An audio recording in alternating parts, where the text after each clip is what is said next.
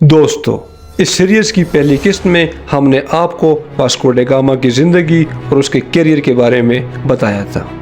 اسی طرح اس سیریز کی دوسری قسط میں ہم نے آپ کو اس وقت کے ہندوستان اور وہاں پر موجود مختلف ریاستوں اور ان کی سیاسی اور معاشی، تجارتی اور تعلیمی حیثیت پر بھی روشنی ڈالی تھی۔ یورپی اقوام میں پرتگال پہلا ملک تھا جس نے ہندوستان کی طرف سمندری راستہ تلاش کرنے کی کوششیں شروع کی تھیں۔ اسی سلسلے میں 8 جولائی 1497 کو واسکو ڈا گاما کی قیادت میں 4 بحری جہاز 170 لوگوں کو لے کر پرتگال کے دارالحکومت لسبن سے ہندوستان کی طرف سفر کے لیے روانہ ہوئے۔ ان چاروں بحری جہازوں کے کپتان انتہائی تجربہ کار اور مشہور جہاز ران تھے۔ یہ چاروں بحری جہاز ان سمندری راستوں کے ذریعے افریقہ کی طرف روانہ ہوئے جو پہلے جہاز رانوں نے دریافت کیے ہوئے تھے۔ افریقہ میں موجود سیرالیون کے مقام پر جو کہ 1487 میں بارٹولومیو ڈیاس نے دریافت کیا تھا، وہاں پہنچ گئے۔ یہ چاروں جہاز اور ان پر سوار لوگ اپنے منصوبے کے مطابق بالکل درست سمت میں سفر کر رہے تھے۔ 3 مہینوں سے زیادہ اس طویل سمندری سفر میں انہوں نے 10,000 کلومیٹر سے زیادہ سمندری سفر طے کیا تھا، اور یہ سفر اس زمانے کا معلوم سب سے طویل سمندری سفر تھا۔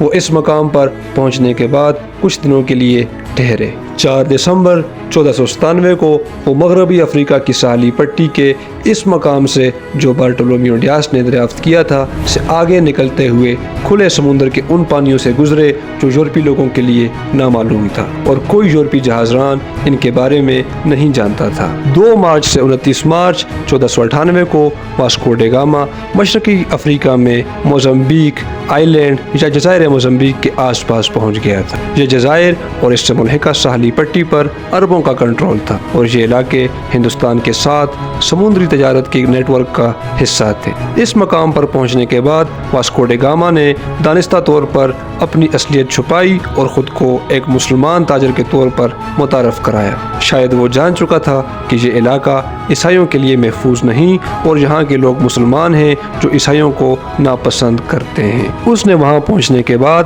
وہاں کے مقامی مسلمان حکمران سے ملاقات بھی کی اور اپنے آپ کو ایک تاجر کے طور پر پیش کیا، لیکن جب وہاں کے حکمران نے اس سے مال تجارت کے بارے میں معلومات لینا چاہی تو واسکو ڈا گاما کے پاس ایسی کوئی خاص یا بے مثال چیز نہیں تھی جو وہ بادشاہ کو تحفے کے طور پر پیش کر سکتا۔ جتنے دن وہ وہاں ٹھہرا تو مقامی آبادی کو واسکو ڈا گاما اور اس کے آدمیوں پر شک ہونے لگا۔ جلد ہی مقامی لوگوں نے واسکو ڈا گاما اور اس کے ساتھیوں کو اس علاقے سے زبردستی نکلنے پر مجبور کر دیا۔ مقامی لوگوں کے جذبات میں غصے اور دشمنی کے آثار دیکھ کر وہ اپنے آدمیوں کے ساتھ وہاں سے بھاگ نکلنے میں کامیاب ہوا۔ بھاگتے ہوئے انہوں نے اپنے بحری جہازوں کی توپوں سے شہر پر بمباری بھی کی۔ شاید یہ اقدام انہوں نے اپنے دفاع میں لیا تھا۔ براعظم افریقہ میں موجودہ کینیا کے علاقے ممباسا کے قریب پہنچ کر انہوں نے قزاقی یا سمندری لوٹیروں کا روپ دھار لیا، اور انہوں نے اس سمندری راستے سے گزرنے والے عربی تاجروں کے غیر مسلح تجارتی جہازوں کو لوٹنا شروع کر دیا۔ انہوں نے ممباسا میں قریب 1 ہفتہ قیام کیا، لیکن وہ جلد ہی اس علاقے کو اپنے لیے غیر محفوظ سمجھ کر یہاں سے رخصت ہو گئے۔ انہوں نے شمال کی سمت میں ہی اپنا سفر جاری رکھا، اور اگلے ہی روز 14 اپریل 1498 کو وہ موجودہ کینیا کے ہی ایک اور علاقے مالنڈی پہنچے۔ ان دنوں میں ممباسا اور مالنڈی کے آپس میں تنازعات چل رہے تھے، اسی لیے جب وہ اپنے ساتھیوں کے ساتھ مالنڈی پہنچے تو ان کا یہاں پر پرتپاک استقبال کیا گیا۔ اسی شہر میں ان کی ملاقات ایک ایسے شخص سے ہوئی جو ہندوستان کی طرف جانے والے راستے کے بارے میں جانتا تھا اور مون سون ہواؤں کو سمجھنے کا ماہر تھا۔ یہ شخص آخر کون تھا؟ اس کے بارے میں مختلف آراء ہیں۔ ایک رائے یہ ہے کہ یہ شخص گجرات ہندوستان کا رہنے والا کوئی ہندو تھا، دوسری رائے کے مطابق یہ کوئی عیسائی، جبکہ تیسری رائے کے مطابق یہ ایک مسلمان تھا۔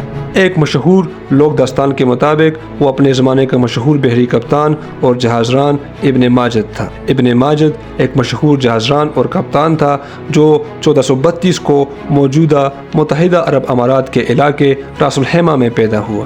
وہ ایک ایسے خاندان میں پیدا ہوا جو سمندری سفر اور جہاز رانی میں مہارت رکھتا تھا۔ 17 سال کی عمر تک پہنچتے ہی ابن ماجد نے جہاز رانی میں انتہائی مہارت حاصل کر لی تھی۔ اسی مہارت اور ہنر کی وجہ سے انہیں پرنس آف دی سی اور لائن آف دی سی جیسے القابات سے نوازا گیا، لیکن جدید مورخین کے مطابق ایسا کوئی ثبوت نہیں ملتا جس سے اس بات کی تصدیق ہو کہ واسکو ڈے گاما یا ابن ماجد کی آپس میں کوئی ملاقات ہوئی تھی۔ 24 اپریل 1498 کو وہ مالنڈی سے ہندوستان کے لیے سفر پر نکل پڑے۔ 20 مئی 1498 کو واسکو ڈے گاما اپنے ساتھیوں کے ساتھ جنوب مغربی ہندوستان کی ریاست کالی کٹ کے ساحلی علاقے مالابار پہنچے۔ کالی کٹ کے بادشاہ، جس کا نام سمودیری یا زیمورین تھا، وہ ریاست کے کسی دوسرے شہر گیا ہوا تھا، لیکن جوں ہی اسے غیر ملکی جہازوں کی آمد کا علم ہوا تو وہ فوراً کالی کٹ پہنچا اور ان کا پرتپاک استقبال کیا۔ 3000 مسلح ساتھیوں کے جلوس نے انہیں سلامی پیش کی۔ بادشاہ سے ان کی ملاقات اچھی نہیں رہی۔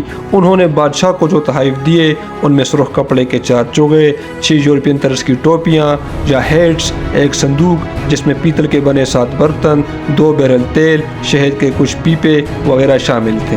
ان کے پاس سونا یا چاندی نہیں تھی۔ یہ سب تحفے بادشاہ کے لیے معمولی ثابت ہوئے۔ جب ان سے پوچھا گیا کہ ان کے آنے کا مقصد کیا ہے تو واسکو ڈے گاما نے خود کو پرتگال کے بادشاہ کی طرف سے سفیر کے طور پر متعارف کرایا، اور اس نے جواب میں کہا کہ وہ عیسائیوں اور مصالحوں کی تلاش میں یہاں آیا ہے۔ وہاں موجود عرب تاجروں نے اپنے اس حریف کی بات کو رد کرتے ہوئے کالی کٹ کے حکام کو یہ باور کرانے کی کوشش کی کہ یہ کوئی سفیر نہیں بلکہ عام سا سمندری لٹیرا ہے۔ واسکو ڈے گاما نے بادشاہ سے کچھ زمین مانگنے کی اجازت طلب کی جہاں وہ اپنے ساتھ لائے سامان کو رکھنا چاہتا تھا اور تجارت کرنا چاہتا تھا، لیکن اس کی اس بات کو یہ کہہ کر رد کر دیا کہ وہ اپنے اس سامان کا ٹیکس سونے یعنی گولڈ میں ادا کرے جیسے اور تاجر ادا کرتے ہیں۔